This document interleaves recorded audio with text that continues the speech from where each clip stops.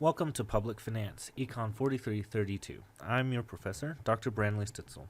So the first place to start is simply what is public finance? Public finance is the study of the role of government in the economy. There are typically four questions of public finance, and these are 1. When should the government intervene in the economy? 2. How might the government intervene? 3. What is the effect of government intervention in the economy? 4. Why do governments choose to intervene in the ways that they do? In this class, I'm going to break our topics down into 4 broad categories. The first I'm going to call the basics, the second is taxation, the third is political economy, and the fourth are a sampling of various policies. Let's take a look at each of these in turn. First, the basics, cost-benefit analysis, one of the absolute most foundational topics in any microeconomics class that you're going to use. We're going to take that and bring that to public finance. Then we're going to look at state and local, because we often think of governance as only happening at the national level, but in this course and any good public finance course, we're going to want to cover state and local as well. Next, we're going to cover the Coase theorem, famous economist Ronald Coase. And we'll touch on property rights in this section. Then we're going to cover transaction costs and how to think about them. Fourth, we're going to cover, of course, one of the most talked about controversial topics, and we're going to see how public finance thinks about it in the topic of minimum wage. The next topics that we're going to cover are taxation.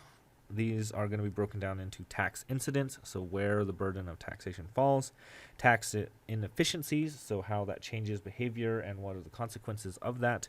We can sort of think of this as addressing what are the outcomes, what are the impacts of government intervention, or one of the ways we would think about that. Then we're going to look at taxes on various things, so taxes on labor, taxes on savings, taxes on risk-taking, taxes on wealth, taxes on business income. So we'll probably have a series of short lectures about each of those things. And then how taxes work. So we should say how taxes work. Okay. Next, we're going to cover political economy. We're going to only have 3 topics in here because we're going to have a spring break week in the middle of this portion here. The first is public choice. So public choice theory is an important, relatively new addition to the field of economics, and it fits nicely, obviously, in public finance. Then we're going to talk about voting, how that works, how voting theories have been developed by economists. And then finally, Tibu sorting. So this is an idea that people sort of choose policies by choosing where to live. And then finally, our last section here, we're going to look at several different policies. These are going to be earned income tax credit, unemployment insurance, spillovers, and not in my backyard, so NIMBYism, and then finally, land use policy.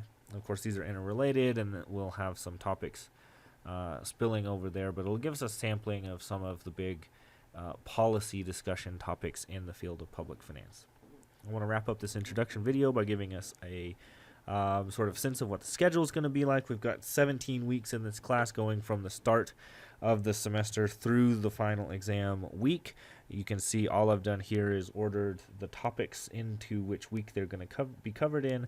This is going to matter because you're going to have a quiz at the end of each week, and then you'll see there over spring break. We'll actually also put the midterm around this time.